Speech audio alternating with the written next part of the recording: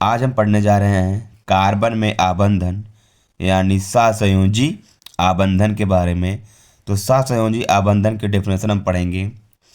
सहसंयोजी आबंधन में दो परमाणुओं के बीच इलेक्ट्रॉनों के एक या एक से अधिक जोड़े की परस्पर साझेदारी होती है, यानी साझे से बने आबंध को सहसंयोजी आबंध कहते हैं। तो यहाँ पर बात हो रही है कार्बन में आबंधन, तो यहाँ पर हम कार्बन को लेकर चलेंगे। आई बात समझ में।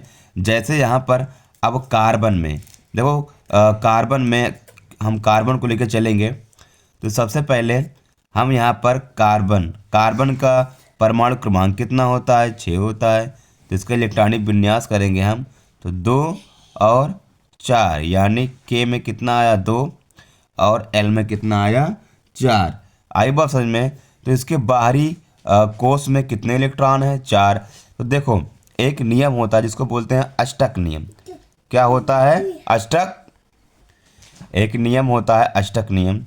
इस नियम के अनुसार ये होता है कि परमाणु अपने अस्थायित्व के लिए, तत्व क्या है? अपने स्थायित्व के लिए वो क्या बोलते हैं कि बाहरी कोश में 8 इलेक्ट्रॉन प्राप्त करना चाहते हैं। अब हम अगर कार्बन के देखें तो इसके बाहरी कोश में कितने इलेक्ट्रॉन हैं? 4 इलेक्ट्रॉन हैं। तो 8 इलेक्ट्रॉन ये प्राप्त करना चाहेगा अपने अस्थायित्व के लिए। तो कैसे प्राप्त करेगा? या तो इलेक्ट्रॉनों का दान हो, या तो इलेक्ट्रॉनों का ग्रहण हो। आई बात समझ में। या तो दान हो, या तो ग्रहण हो, या तो इलेक्ट्रॉनों का साझा हो। यही 3 तरीके हैं जिससे ये अपना अष्टक पूरा कर सकता है। तो क्या कार्बन इलेक्ट्रॉनों का दान कर सकता है? बात यहाँ पर यह है। तो कार्बन अगर इलेक्ट्रॉनों का दान कर सकता है, तो 4 इलेक्ट्रॉन उसको दान करने पड़ेंगे। कितने इलेक्ट्रॉन? 4 इलेक्ट्रॉन अपने दान करने पड़ेंगे, जिससे बहुत ज़्यादा ऊर्जा की क्या होगी? हानि होगी। 4 इलेक्ट्रॉन दान करने से बहुत अधिक ऊर्जा की हानि हो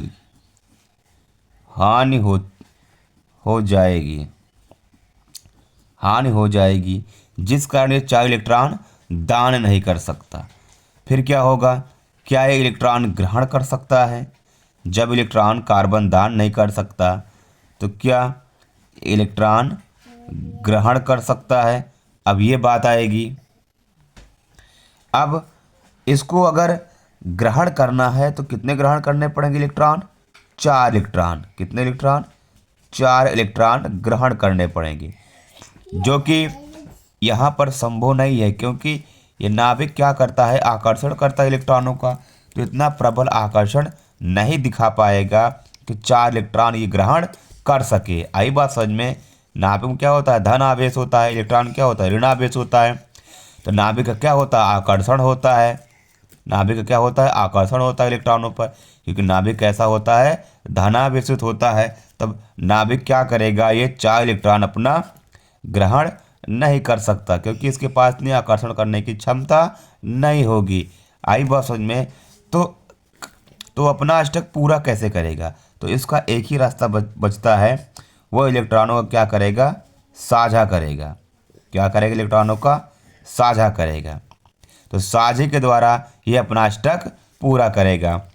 हम पढ़ चुके हैं आगे कि कार्बन जो है सहसंयोजी बंध बनाता है, लेकिन ये बंध कैसे बनाएगा हम यहाँ पर देखेंगे। कार्बन, तो यहाँ पर सबसे पहले कार्बन का हम लिखेंगे क्या? इलेक्ट्रॉनिक विन्यास।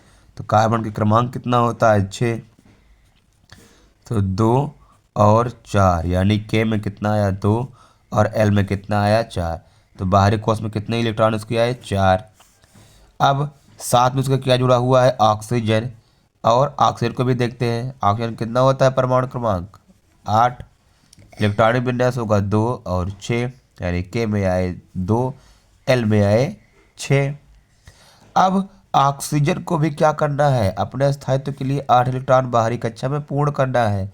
कार्बन को भी क्या करना है, अपने स्थायित्व के लिए 8 इलेक्ट्रॉन अपनी कक्षा में पूर्ण करना है।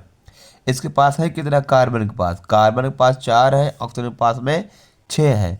कार्बन को कितना चाहिए, 4, और ऑक्सीजन को चाहिए कितना, 2 चाहिए। लेकिन कितने ऑक्सीजन है, 2। तो यहाँ पर हम चित्र के माध्यम से समझेंगे। तो सबसे पहले बनाएंगे हम कार्बन का। किसका बनाएंगे, कार्बन का। तो कार्बन के 72 कोष में कितने इलेक्ट्रॉन है, 4। तो यहाँ पर 1, 2 और 3 और 4। अब हम दूसरे ऑक्सीजन के पहले ऑक्सीजन के लिखेंगे। तो पहले ऑक्सीजन में कितने बाहरी कोष में इलेक्ट्रॉन है, 6। तो यहाँ पर बनाएंगे 1, 2 और 3, 4 और यहाँ पर इसके 5 और 6। ये तो किसका हो गया, पहले ऑक्सीजन का। अब दूसरे के ऑक्सीजन का 1, 2, 3, 4, 5, 6। अब सबको 8-8 चाहिए।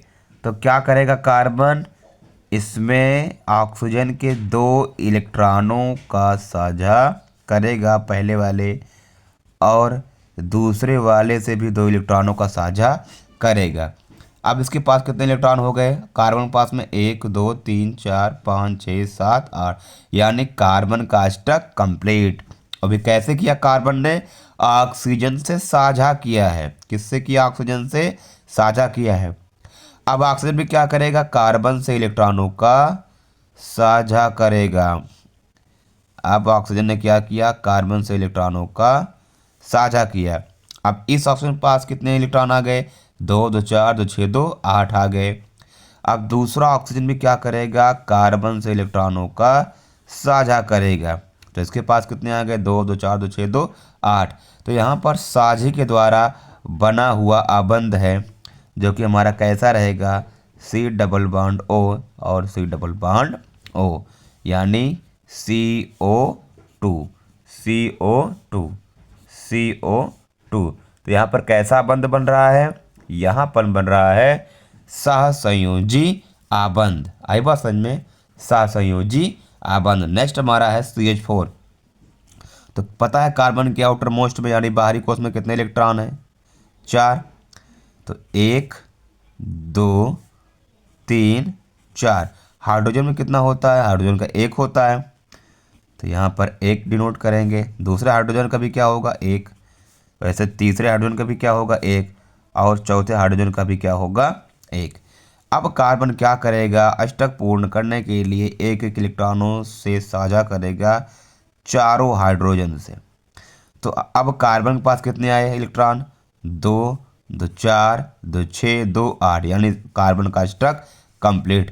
फिर क्या करेगा, हाइड्रोजन भी कार्बन से साझा करेगा अपने इलेक्ट्रॉनों को, और हाइड्रोजन भी अपना ड्यूप्लेट पूरा करेगा। तो यहाँ पर निर्माण होगा हमारा एक सहसंयोजी आबंध का, जो कि इस तरह रहेगा हमारा, और इसको बोलते हैं हम CH4 यानी मेथेन।